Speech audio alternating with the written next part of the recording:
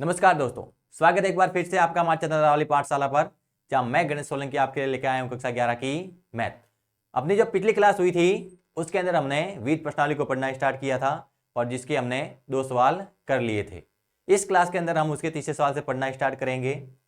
हमें आशा है कि आपने हमारे चैनल को सब्सक्राइब कर दिया होगा और अगर नहीं किया है तो जल्दी से जल्दी जाकर हमारे चैनल को सब्सक्राइब कीजिए, हमारे वीडियोज को अधिक से अधिक लाइक कीजिए और शेयर कीजिए। चलो स्टार्ट करते हैं आज की अपनी क्लास, जिसके अंदर हम उसके सवाल नंबर 3 से पढ़ना स्टार्ट करेंगे।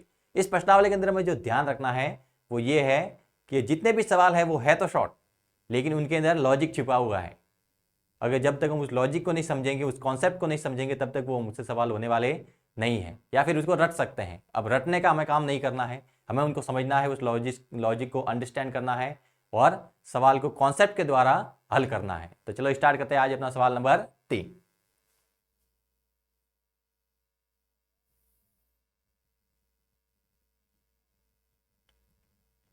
हमारे पास है विविध प्रश्नावली का सवाल नंबर 3, जिसके अंदर कहा गया है कि ए, बी और सी ऐसे समुच्चय है जिसके अंदर ए और बी का यूनियन है वो ए और सी के यूनियन के बराबर है, और ए और बी का जो इंटरसेक्शन है वो ए और सी के इंटरसेक्शन के बराबर है।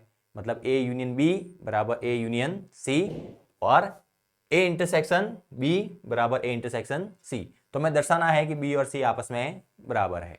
अगर यहाँ कर इसको सिद्ध करने जाए तो जो सिद्ध करने वाले सवाल होते हैं उसमें हम क्या करते हैं, पहले जो गिवन होता है उसको लिखते हैं, फिर जो हमें सिद्ध करना होता है वो लिखते हैं और उसके बाद में उसको हल करते हैं। तो हमारे पास दिया क्या हुआ है, ए यूनियन बी बराबर ए यूनियन सी, ये हमारे पास दिया हुआ है।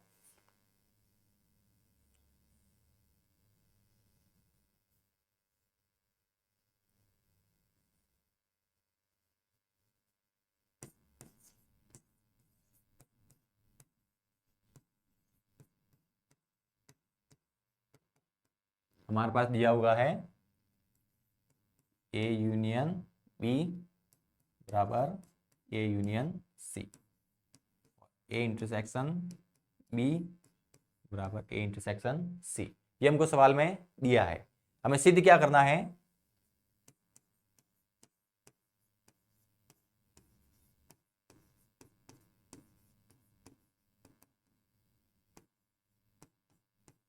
बी बराबर सी, कि जो हमारे पास सेट है बी और सी वो आपस में क्या है, बराबर है। अब जब भी दो सेट बराबर होते हैं, जब भी दो सेट क्या होते हैं, बराबर, तो ध्यान रखना वो एक दूसरे के सबसेट होते हैं, एक दूसरे के उप समुच्चय होते हैं, क्योंकि कोई भी समुच्चय होता है वो खुद का ही उप समुच्चय होता है। जो समुच्चय है वो खुद का ही क्या है, उप समुच्चय, मतलब वो खुद से खुद का निर्माण कर सकता है। तो बी और सी आपस में बराबर है, बी और सी आपस में बराबर है, तो क्या हम ये कह सकते हैं कि बी का निर्माण सी से हुआ है, दोनों एक जैसे ही है तो खुद का ही निर्माण किया है। या फिर ऐसा कह सकते हैं कि सी का निर्माण बी से हुआ है, मतलब यहां से हम ये भी कह सकते हैं कि बी है वो सबसेट है सी का और सी है वो सबसेट है बी का। ये हमको सिद्ध करना है। अगर बी बराबर सी प्रूव करना है तो हमको ये सिद्ध करना पड़ेगा कि बी है वो सी का सबसेट है और सी है वो बी का सबसेट है। अगर ऐसा हमने प्रूव कर दिया तो हमारे पास बी बराबर क्या आ जाएगा, सी। अब इसको हल करते हैं।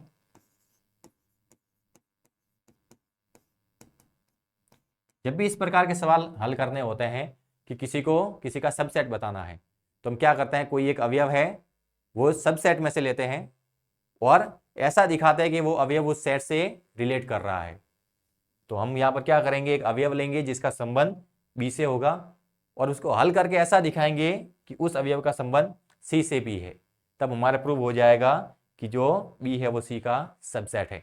तो यहाँ पर अवयव मानते हैं, माना x बिलोंग टू बी, कि माना x है उसका संबंध किससे है, बी से है।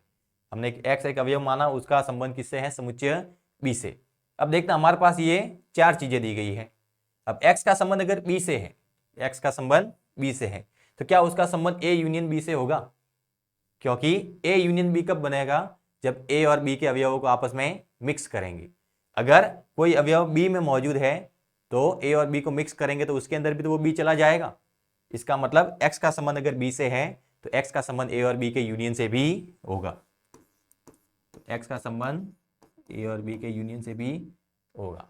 अब हमारे पास दिया हुआ है कि a union b a union c के बराबर है, तो यहां से हम a यूनियन b को हटाकर a यूनियन c भी लिख सकते हैं। तो क्या हो जाएगा अपने पास x belong to A union C। इसका मतलब क्या हुआ कि x का संबंध A यूनियन C से, मतलब A और C के हमने अवयव मिला दिए, उसके अंदर x आ रहा है। मतलब x वो कहां से आया, या तो A से आया होगा या फिर C से आया होगा, तभी तो A और C के मिक्स अवयव के अंदर वो मौजूद है। दोनों में से किसी एक से वो संबंध रख रहा होगा, या फिर हो सकता है कि दोनों से संबंध रखे, तो उसके कॉमन के रूप में भी वो लिख सकते हैं उसे।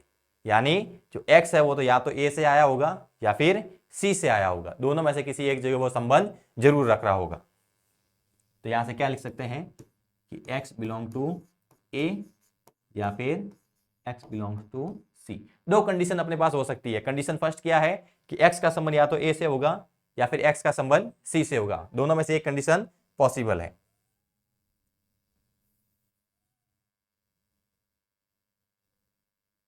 कि कम से कम या तो A से होगा या फिर C से, और हो सकता है दोनों के अंदर मौजूद हो तो भी वो अवयव वहां पर आ सकता है। मतलब या तो A के अंदर होगा या फिर C के अंदर, या फिर हो सकता है A और C दोनों में मौजूद हो।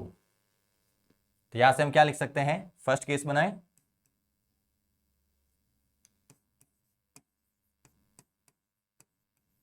फर्स्ट केस हमने लिखा x बिलोंग टू A, कि x का संबंध किससे है, A से है। अगर x का संबंध A से है और हमने यहां पर लिखा है कि x का संबंध B से भी है, मतलब x A के अंदर भी आ रहा है, x B के अंदर भी आ रहा है, मतलब A और B के अंदर वो क्या है, कॉमन है। A और B के अंदर क्या है, कॉमन। और कॉमन के लिए हम क्या यूज करते हैं, इंटरसेक्शन। मतलब x का संबंध A और B के इंटरसेक्शन से भी है।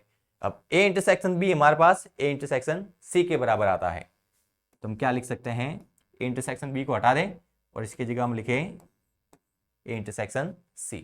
A इंटरसेक्शन B हटाया और उसकी जगह हमने लिखा A इंटरसेक्शन C।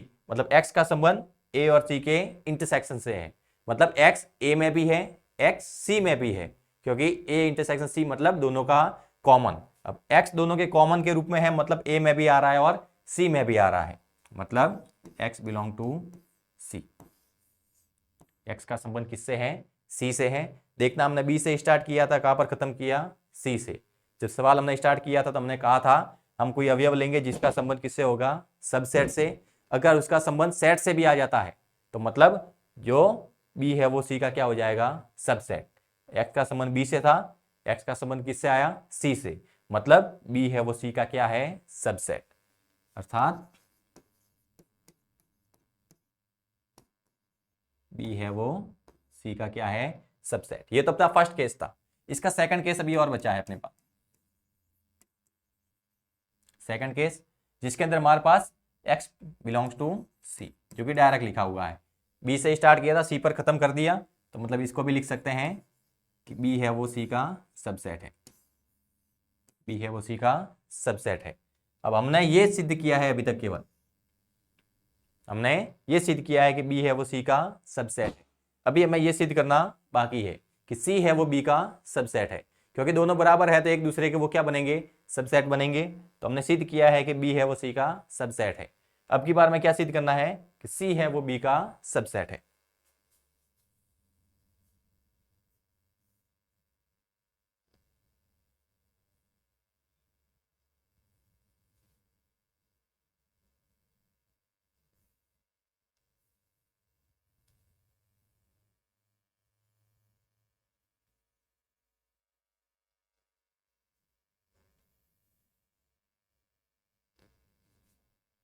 अगला हमें क्या सिद्ध करना है, अगला हमें सिद्ध करना है कि C है वो B का सबसेट है। तो वापस क्या करेंगे, एक एलिमेंट मानेंगे, लेकिन अब की बार उसका संबंध B से नहीं होगा, किससे होगा, C से, क्योंकि ये तो हमने सिद्ध कर दिया, हमें ये सिद्ध करना है। तो कहेंगे माना x belong to C, x है उसका संबंध किससे है, C से है। x का संबंध किससे है, C से है।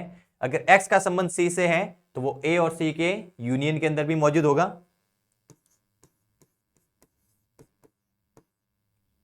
x का संबंध अगर C से था तो वो A और C के यूनियन के अंदर भी मौजूद होगा, क्योंकि यूनियन कैसे बनेगा, A और C के अवयव मिलाओगे तब, तो C के अंदर तो वो पहले से ही मौजूद है, तो A और C का जब यूनियन करोगे तो उसके अंदर वो वाला अवयव ऑलरेडी चला जाएगा। तो x का संबंध अगर C से है तो वो A यूनियन C के अंदर भी मौजूद होगा। अब A यूनियन C को हटाकर हम क्या लिख सकते हैं, A यूनियन B लिख सकते हैं, क्योंकि A यूनियन C और A यूनियन B आपस में क्या है हमारे पास, बराबर दिए हुए हैं। अब x का संबंध a यूनियन b से है, तो मतलब या तो वो a में होगा या फिर b में होगा, या तो x a में होगा या फिर x बिलोंग टू b। क्योंकि a में होगा या फिर b में होगा तभी तो वो जाके a यूनियन b में आएगा, क्योंकि a यूनियन b क्या है, a और b के अवयवों का कॉम्बिनेशन। अगर a के अंदर होगा तो भी a यूनियन b में आ जाएगा और b में होगा तो भी a यूनियन b में आ जाएगा। तो वापस यहां से दो केस बनाओगे। फर्स्ट केस के अंदर क्या लिखेंगे, x बिलोंग टू a, और जो सेकंड केस है वो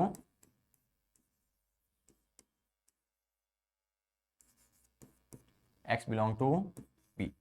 देखना c से स्टार्ट किया था, b पर जाकर खत्म हो रहा है, मतलब एक केस से तो ये हमारे पास प्रूव हो जाता है कि जो c है वो क्या है, b का सबसेट। c से स्टार्ट किया था, b पर ही खत्म करना था। अब इसको भी किस पर खत्म करना है, b पर।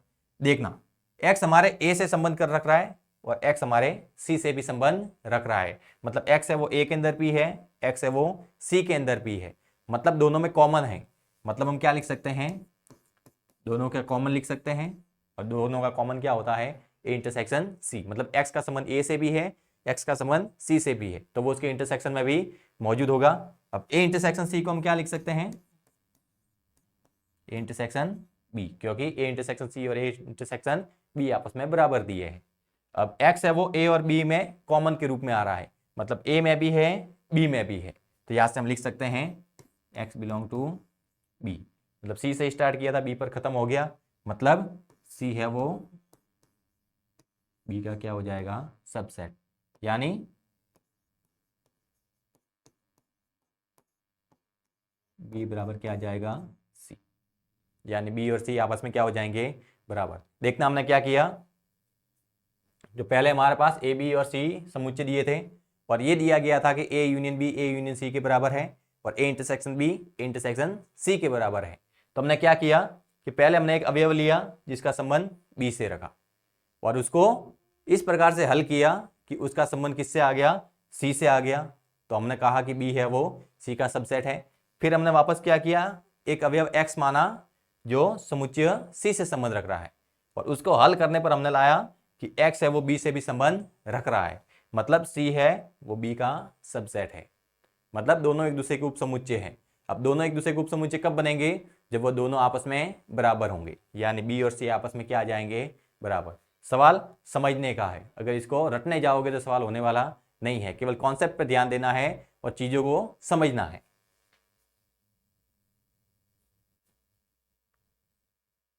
इसका चौथा सवाल, ये सवाल हमने किया था लेकिन हमारी कोई टेक्निकल मिस्टेक की वजह से सवाल बीच में कट गया था।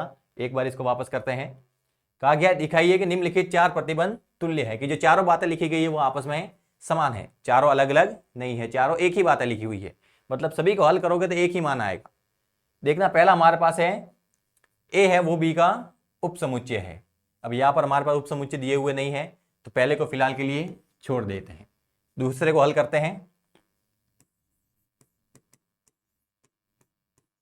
दूसरा है a माइनस बी बराबर पाई, कि अगर a के अंदर से b के अवयव घटा दे, a के अंदर से क्या करें, b वाले जो अवयव है वो घटा दे, तो पीछे कुछ नहीं बचता, पीछे कुछ नहीं बचता, मतलब a पूरा का पूरा क्या हो जाएगा, खाली। a पूरा का पूरा क्या हो जाएगा, खाली। ऐसा कब होगा, ऐसा कब होगा कि x का अगर कोई हमारे पास अवयव माना, मैंने कोई एक अवयव माना x, उसका संबंध a से है, x है उसका संबंध किससे होगा, a से होगा, मतलब a के अंदर x मौजूद है। अब यहां पर हमारे पास हल करने पर 5 मतलब 0 आता है, मतलब b के अंदर भी वो मौजूद होगा। अगर वो x है वो किस में मौजूद है, a में, तो ये 0 कब आएगा, जब ये x यहां से घटाओगे। x घटाओगे कब, जब वो b में मौजूद होगा, मतलब x का संबंध अगर a से है तो x का संबंध b से भी होगा, x का संबंध a से है तो x का संबंध किससे होगा, b से। इसका मतलब क्या हम ऐसा कह सकते हैं कि a है वो b का उपसमुच्चय है, ये छोटा होगा और ये हो सकता है कि बड़ा हो, तभी घटाने पर हमारे पास 0 आएगा। जैसे एग्जांपल माने तो a बराबर मैंने लिखा 1 2 और b बराबर मैंने लिखा 1 2 3। क्या ए में से बी घटाए तो मेरे पास बचेगा क्या? ए में से क्या घटाते हैं? बी। तो ए के अंदर से जो बी के अवयव है वो घटा देते हैं। तो बी का अवयव इसके अंदर क्या है? 1 है, ये चला जाएगा। 2 है, वो भी चला जाएगा। तो क्या पीछे कुछ बचेगा? पीछे कुछ भी बचने वाला नहीं है, रिक्त बचेगा, मतलब 5 आएगा। ए माइनस बी क्या आएगा अपने पास यहां से? 5। इसका मतलब क्या है? ए है वो बी का उपसमुच्चय है। देखना, ए का निर्माण किससे हुआ है? बी से हुआ है। इसका मतलब ए है वो बी का उपसमुच्चय है। तो यहां से हम लिख सकते हैं, इसको हल करेंगे तो ए माइनस बी बराबर क्या आएगा? 5। इसका मतलब ए है वो बी का उपसमुच्चय है, क्योंकि घटाने पर 5 आ रहा है, मतलब बी के अंदर जो अवयव है उसके कारण से ए के सारे अवयव वहां से हट गए।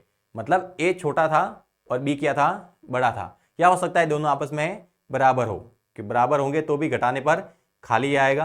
अब बराबर होते हैं तो भी एक दूसरे का क्या होते हैं? उपसमुच्चय होते हैं। और अगर आगे वाला छोटा है, पीछे वाला बड़ा है, तब भी घटाने पर 5 ही आता है। आगे वाला छोटा है मतलब उपसमुच्चय और पीछे वाला बड़ा है मतलब उसके लिए सार्वत्रिक समुच्चय है। तो यहां से हम कह सकते हैं कि ए है वो बी का उपसमुच्चय है।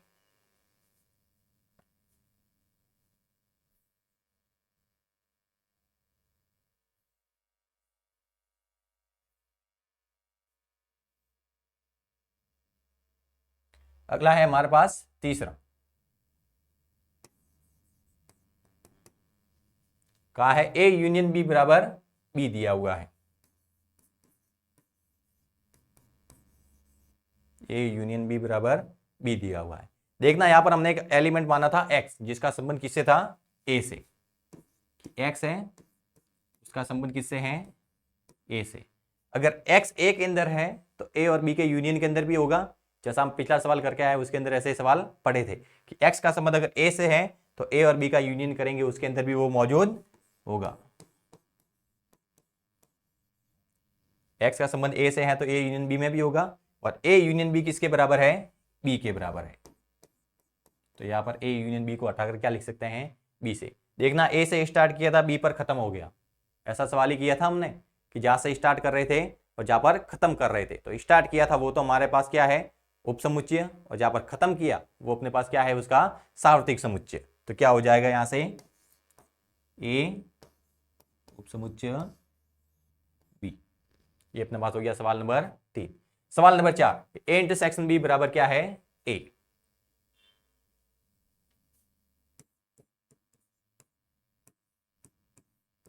ए इंटरसेक्शन बी बराबर लिखा हुआ है ए। अब देखना, हमने लिखा था कि x का संबंध किससे है? a से। x का संबंध किससे है? a से। और साथ में एक बात और लिखी थी कि x का संबंध किससे है? b से। x का संबंध a से भी था और x का संबंध b से भी था। इसका मतलब x है वो दोनों के इंटरसेक्शन के रूप में होगा। x है वो दोनों के इंटरसेक्शन के रूप में होगा। मतलब x का संबंध है वो a इंटरसेक्शन b से होगा। कि x का संबंध अगर a से है तो x का संबंध a और b के इंटरसेक्शन से भी होगा। यानी दोनों में मौजूद है, दोनों में मौजूद है। यानी a के अंदर भी है, b के अंदर भी है। तो यहां से हम क्या कह सकते हैं कि x का संबंध b से भी है। चाहे तो आप यहां से ये ना लें, क्योंकि ये तो हमें हल करना है। केवल ये लेते हैं कि x का संबंध a से है। अगर x का संबंध a से है तो a और b का इंटरसेक्शन करेंगे, उसके अंदर भी वो वाला अवयव मौजूद होगा। अब दोनों में मौजूद है, दोनों में मौजूद है, मतलब x का संबंध या तो a से होगा या फिर x का संबंध b से होगा। या तो a से संबंध है या फिर उसका संबंध है b से। तो x का संबंध किससे लिखा हमने? b से। तो यहां से हमारे पास क्या आ जाएगा कि a है वो b का उपसमुच्चय है। ए है वो बी का क्या है? उपसमुच्चय। क्योंकि x का संबंध a से था तो a की जगह हम a इंटरसेक्शन b भी लिख सकते हैं। अब a इंटरसेक्शन b मतलब a में भी है, b में भी है। तो x का संबंध हमने b से लिखा। अब a से स्टार्ट किया था, b पर खत्म किया, इसका मतलब a है वो b का क्या है? उपसमुच्चय। अगला हमारे पास दिया हुआ है, दिखाइए कि यदि a है वो b का उपसमुच्चय। ये हमारे पास दिया हुआ है।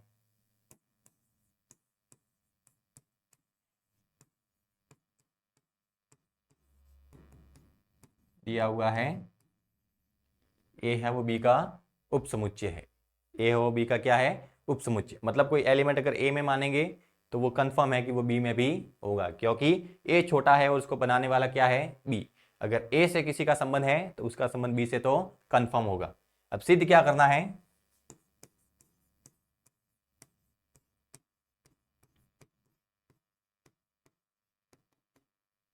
सिद्ध करना है सी माइनस बी सी माइनस ए।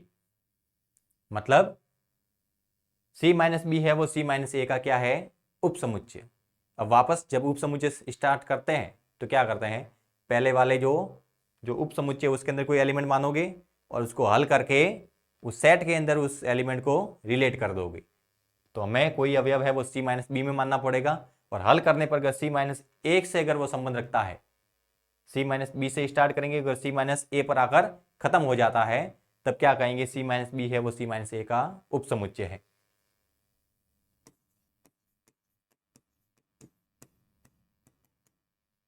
तो माना x belong to C minus B, कि x का संबंध किससे है, सी माइनस बी से है। कोई अवयव है x, उसका संबंध किससे है, सी माइनस बी। अब सी माइनस बी मतलब कि सी के अंदर से हमने बी के अवयव घटा दिए हैं, सी के अंदर से बी के अवयव क्या कर दिए, घटा दिए। उसके बावजूद x बच रहा है, उसके बावजूद क्या बच रहा है, x। जैसे समझने के लिए वेन आरेख का भी सहारा ले, अगर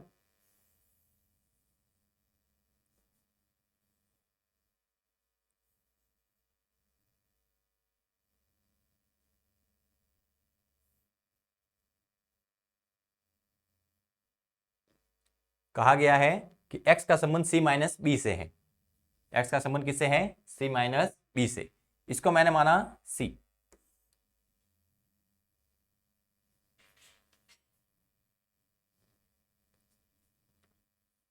ये हमारे पास क्या है, c है, और ये वाला गोला क्या है, b। मतलब ये वाला गोला c है और ये वाला गोला b है। अब मुझे लिखना है c माइनस बी। सी माइनस बी मतलब c माइनस बी, मतलब इस c के अंदर से b वाला पार्ट घटा देना है। जो ये वाला जो c है पूरा का पूरा यहां से यहां तक, इसके अंदर से क्या करना है, b वाला पार्ट घटा देना है। मतलब ये वाला पार्ट यहां से हटा देना है। तो c माइनस बी केवल क्या बचेगा मेरे पास,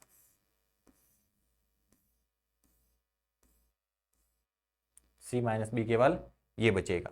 बाकी ये वाला जो b वाला पार्ट था वो मैंने यहां से हटा दिया। मतलब x अगर c माइनस बी में है, x किस में है, c माइनस बी में, तो c में तो हो गई, क्योंकि c क्या है ये और b क्या है ये।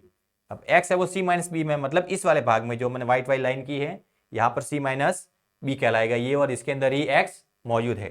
तो c के वाला तो ये भाग ही है, c तो पूरा यहाँ से लेकर यहाँ तक है। अगर x यहाँ पर मौजूद है तो उसको हम ये कह सकते हैं कि वो c में मौजूद है, लेकिन वो b में मौजूद नहीं है।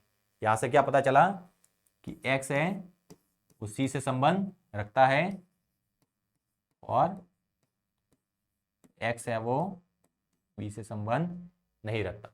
मतलब x का संबंध किससे है, c से है, लेकिन x का संबंध b से नहीं है। यहां से हम वेन आरेख की सहायता से भी इसको समझ सकते हैं। अब कहा गया है, देखना सवाल में दिया हुआ है कि a है वो b का उपसमुच्चय है। अब x का संबंध अगर b से नहीं है, x इससे रिलेट नहीं करता, x है वो b से संबंध नहीं रखता, x का संबंध b से नहीं है। अब x का संबंध अगर b से नहीं है तो क्या a से संबंध होगा, क्योंकि b से ही तो एक का निर्माण हुआ है, b से ही किसका निर्माण हुआ है, a का। अगर x b में ही नहीं है तो a में तो हो ही नहीं सकता, क्योंकि a किससे बना है, b से। अब x यहीं पर नहीं है तो यहाँ तो आने की कोई संभावना नहीं है, यानी x बिलोंग टू c, और अगर x b में नहीं है तो a में भी नहीं होगा, क्योंकि a है वो b का उपसमुच्चय है। अगर b में नहीं है तो x का मान a में भी नहीं होगा। देखना x बिलोंग तो हमने c माइनस बी से स्टार्ट किया था। अब x का मान c में संबंध रखता है लेकिन b में संबंध नहीं रखता, यानी x का संबंध है वो c से तो है, लेकिन x का संबंध न तो b से है न ही a से है। मतलब x का संबंध किससे हो जाएगा, c माइनस a से।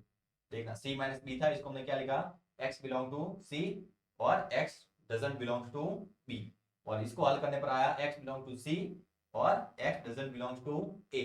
तो c माइनस बी को ऐसे लिख सकते हैं, तो c माइनस ए को भी तो ऐसे लिख सकते हैं। मतलब x का संबंध c माइनस बी से था, और हमने क्या दिखा दिया कि x का संबंध c माइनस ए से भी है। तो यहां से हम क्या लिख सकते हैं, c माइनस बी है वो सबसेट है c माइनस ए, c माइनस ए का। c माइनस बी है वो c माइनस ए का सबसेट है। सवाल करने क्या है, केवल 5 लाइन में हो रहा है, लेकिन समझने जाए तो कॉन्सेप्ट बड़ा है। कैसे कि हमने एक एलिमेंट लिया c माइनस बी से, और x का संबंध c माइनस बी से है, मतलब इस वाले भाग से, केवल ये वाला भाग, केवल इस वाले भाग से संबंध रख रहा है। मतलब c में तो होगा ही, क्योंकि c तो क्या है पूरा। अब पूरे में चाहिए कहीं पर भी स्थित हो, मतलब x का संबंध c से है, लेकिन b का यहाँ पर कोई भी भाग नहीं आ रहा है। b तो यहाँ से ये दूसरा है, मतलब b के अंदर नहीं है, x का मान b में नहीं है, और कहा a है वो b का उप समुच्चय है। अगर b में x का मान नहीं है तो a में भी नहीं होगा, तो x doesn't belong to a। इसका मतलब x का संबंध है वो c माइनस ए से है। x का संबंध किससे है, c माइनस ए से, यानी जहां से स्टार्ट किया था और जहां पर खत्म किया। ये तो होता है सबसेट, और ये क्या होता है सेट। तो मतलब c माइनस बी है वो सबसेट है c माइनस ए का। अगला सवाल नंबर 6, मान लीजिए कि पी ए बराबर पी बी, और सिद्ध करना है कि ए बराबर पी। पी ए बराबर पी बी मतलब ए और बी हमारे पास कोई जो समुच्चय होंगे, और उनके जो घात समुच्चय है वो आपस में बराबर है। पी ए और पी बी क्या है, घात समुच्चय। जानकारी होगी शायद आपको, पी ए बराबर पी बी मतलब पी ए क्या है, घात समुच्चय है, पी बी क्या है, घात समुच्चय है। घात समुच्चय क्या होता है, जैसे मेरे पास एक सेट था 1 2, इसको लिख सकते हैं 1 2 3, ये तो सेट है, ये क्या है सेट। और इसका जो सबसेट होगा, इसका जो पावर सेट होगा पी ए होगा, जो घात समुच्चय होगा, वो इसके सारे बहुत सारे जो सबसेट होंगे उन सभी को मिलाकर बनेगा। मतलब इसके अंदर आप एक भी लिखेंगे। अब ये पहले एक अवयव था, अब ये सेट का है, सेट का अवयव बना दिया हमने। पहले अकेला अवयव था, अब ये एक सेट के रूप में अवयव बना है। फिर 2 भी लिखेंगे, फिर 3 भी लिखेंगे, फिर एक और 2 भी लिखेंगे, फिर 2 और 3 भी लिखेंगे, फिर एक और 3 भी लिखेंगे, और फिर 1 2 3 भी लिखेंगे। मतलब कुल मिलाकर इसके जो 4 5 6 7, और साथ में इसके 5 भी लिख सकते हैं। जिसका कोई नहीं होता उसका क्या होता है 5, मतलब द्विघात समुच्चय। मतलब इसके जो घात समुच्चय होंगे उसकी संख्या कितनी हो जाएगी, 8 हो जाएगी। मतलब कहा है कि ए और बी अगर कोई समुच्चय है तो उनके घात समुच्चय बराबर दिए, उनके घात समुच्चय क्या दिए हैं, बराबर।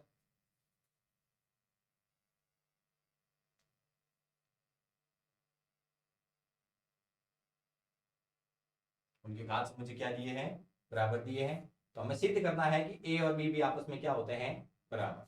हमें ए और बी को आपस में क्या लाना है, बराबर। दिया हुआ है हमारे पास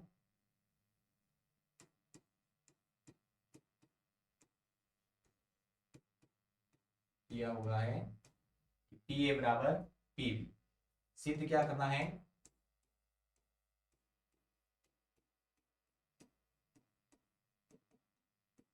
ए बराबर, सिद्ध करना है कि ए और बी बराबर है। जैसे हमने तीसरा सवाल किया था जिसके अंदर बी और सी बराबर आ रहे थे, बी और सी को हमने बराबर सिद्ध करने के लिए क्या कहा था कि ए है वो बी का उपसमुच्चय होना चाहिए, और बी है वो ए का उपसमुच्चय होना चाहिए, तभी जाके हल होगा। तो उसी प्रकार से इसे भी सॉल्व करना है।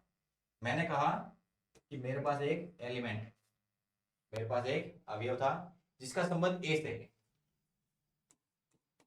जिसका संबंध किससे है, ए से।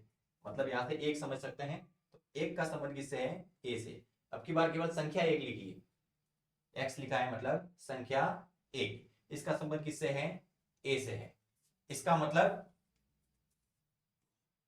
जो एक्स है इसका संबंध किससे हो जाएगा, ओवर सेट ऑफ ए। अब देखना, अब यहाँ पर एक था, अब यहाँ पर ये एक नहीं है, यहाँ पर ये समुच्चय है। ये क्या है, समुच्चय।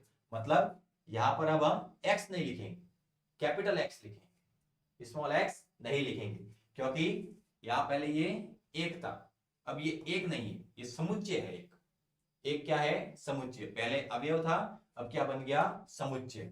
मतलब जब a से पावर a के अंदर आते हैं, a से पावर सेट a के अंदर आते हैं, तो क्या होता है, जो अवयव है वो समुच्चय के अंदर बदल जाता है। जब भी समुच्चय से घात समुच्चय में जाते हैं तो अवयव है वो समुच्चय के अंदर बदल जाते हैं। पहले हम क्या कर रहे थे, अवयव से समुच्चय में आ रहे थे, अब की बार क्या होगा, अब ये अवयव नहीं रहेगा, अब ये अवयव नहीं रहेगा, क्योंकि अवयव तो ये समुच्चय में था। जब घात समुच्चय की बात करेंगे तो वो क्या हो जाएगा, सेट। मतलब ये भी ये कैपिटल एक्स होगा, और कैपिटल एक्स का संबंध किससे होगा, पावर सेट ऑफ ए। मतलब जो समुच्चय बना है जो नया, उसका संबंध पावर सेट ऑफ ए से है। मतलब एक था, एक का संबंध तो ए से था, लेकिन इस समुच्चय एक का संबंध किससे है, पी ए से। ये बात हमने वहां पर चर के रूप में लिखी है।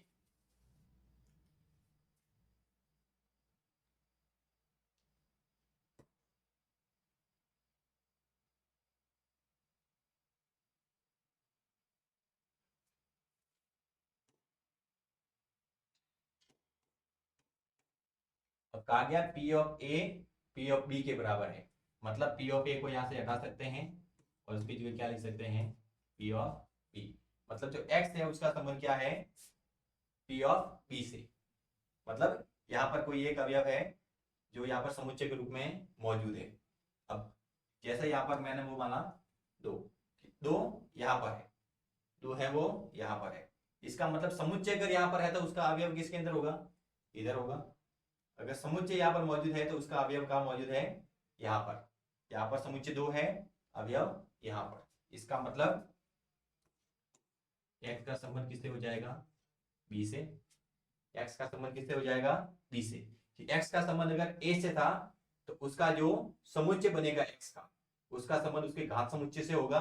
अब घात समुच्चय pa और pb बराबर है, तो pa को हटाकर हमने क्या लिख दिया, pb।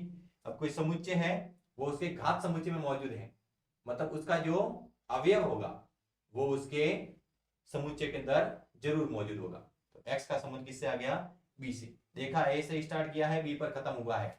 इसका मतलब क्या हो जाएगा अपने पास,